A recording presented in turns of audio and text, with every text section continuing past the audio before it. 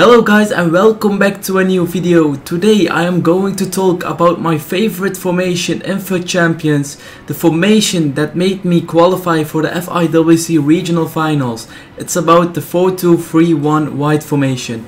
I will also show you guys my instructions and the custom tactics for this formation. Let's get straight into the video. So as you guys can see, I am using the 4-2-3-1 wide formation, which I am using for like 2 months now. The main reason that I changed to this formation from the 4-1-2-1-2 narrow is because that nearly every player that I faced in FUT Champions was using the 4-1-2-1-2 narrow one, and that was pretty annoying for me, so I had to think about something new. So I went for the 4-2-3-1 wide formation, which I am very happy with.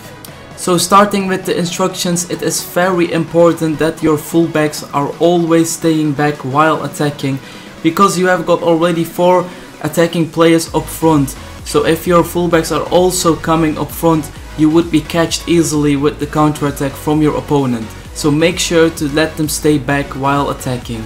Looking into our CDMs, it is also very important for this one that they will stay back while attacking, because you don't want them to come on the edge of the box or inside the box when you're attacking, because we have already got 4 attacking players. So let them stay a little bit behind your attacking midfielder, and that's why we put them stay back while attacking. Looking at the defensive behavior of our CDMs, it is also important that they will cut the passing lanes, because your opponent's attacking midfielders or strikers will make runs behind your defense. So when your CDMs are going to follow them, they will make some space in your yard, and you don't want that. So that's the main reason that we put the cut passing lanes to our CDMs. The most important instruction that you give in this formation is the instruction you give to your left and right midfielders. The reason that I say this is because this is the best way to confuse your opponent when you're building up an attack. The only change that we will make are the supporting runs. We will put that on get in behind because we want to confuse our opponent. As example, when I have the ball with the right back, I could have 3 options to pass. I can go back to my center back to just pass around. I can pass to my defensive midfielder, or I can pass to my right midfielder. So when your right midfielder makes a forwards run, your opponent has to make a decision.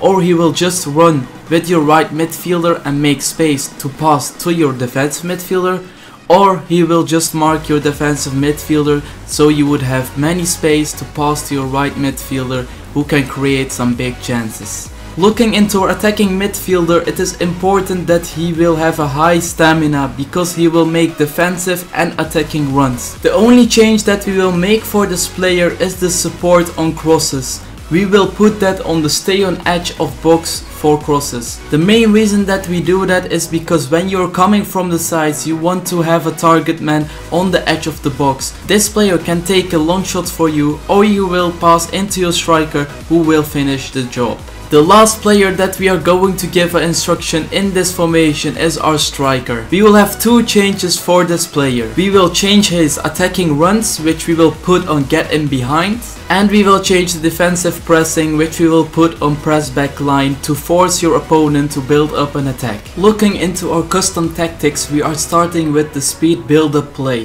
This will affect on how quick your players make their runs. If you don't have any experience with this formation, I advise you to start with putting it on 50. That will make your players balance runs, so you won't be confused much at all. If you think you got used to the formation, I advise you to put it up on 85. This will create you more chances. If you like to play with tiki-taka style just like me, I advise you to put the build-up play passing custom tactic on 30. This will make your players make their runs when you are closer to them, so you won't have much space between your players. We will not touch the positioning of the build-up play, because when we put that on freeform, our center backs will make forward runs, and we don't want that. Moving into chance creation passing, it is important that you have to choose if you want to play safe or risky. With risky, I mean that your players will make faster runs behind the defense of your opponent, so you have to react fast. In that case, I advise you to put it on 70. If you think you need some more safety and more build-up play, I advise you to put it on 50. Looking into chance creation crossing, I can tell you that I nearly never use crosses. I prefer to reach my players who are staying on the edge of the box, to let them take a long shot or just pass to the striker who can finish it for me. That's why I put crossing on 40. If you like to give crosses, I can advise you to put it on 70. Looking at the chance creation shooting, we go for a low amount again, because as a tiki-taka player I want my players to be as close to the goal as possible. So we will put that on 40 so our players will make forward runs into the box. Looking at the chance creation positioning, we are going to make a change. As we want some variation on the opponent's half, we will put it on freeform to create mixed runs from your players. If you don't want that your players make mixed runs, just keep it on organized. As we have a formation with only one striker, it is not necessary to pressure high. That's why we want to pressure at our own half and put it on 30. Heading into aggression, we will have a balanced amount, because when we put a high aggression, 2 players of you will attack the player that has the ball, and that will create some space for your opponent. It's also risky to put a low aggression, because your opponent will create chances easily. That's why we put it on 45 to have a balanced aggression. Team width reflects on how big the gaps are between your defenders. I like to have my defenders close to each other, so I will put that on 40. This will leave a small gap on your wings, so when your opponent is coming from the sides, you have to react fast and defend properly. If you want your defenders to stay more wide from each other, I advise you to put it on 55. As we don't want to take any risks, we will change the offside trap to cover and finish with our custom tactics. So that's the end of the video where I showed you guys the custom tactics and the instructions for the 4-2-3-1 wide formation. I hope this will improve your gameplay and effect on your results at the weekend league. Let me know in the comment section below if it helped you or if you have some questions. Please leave a like if you enjoyed the video and subscribe if you didn't yet. My name is Bruma and I hope to see you guys later. Bye bye.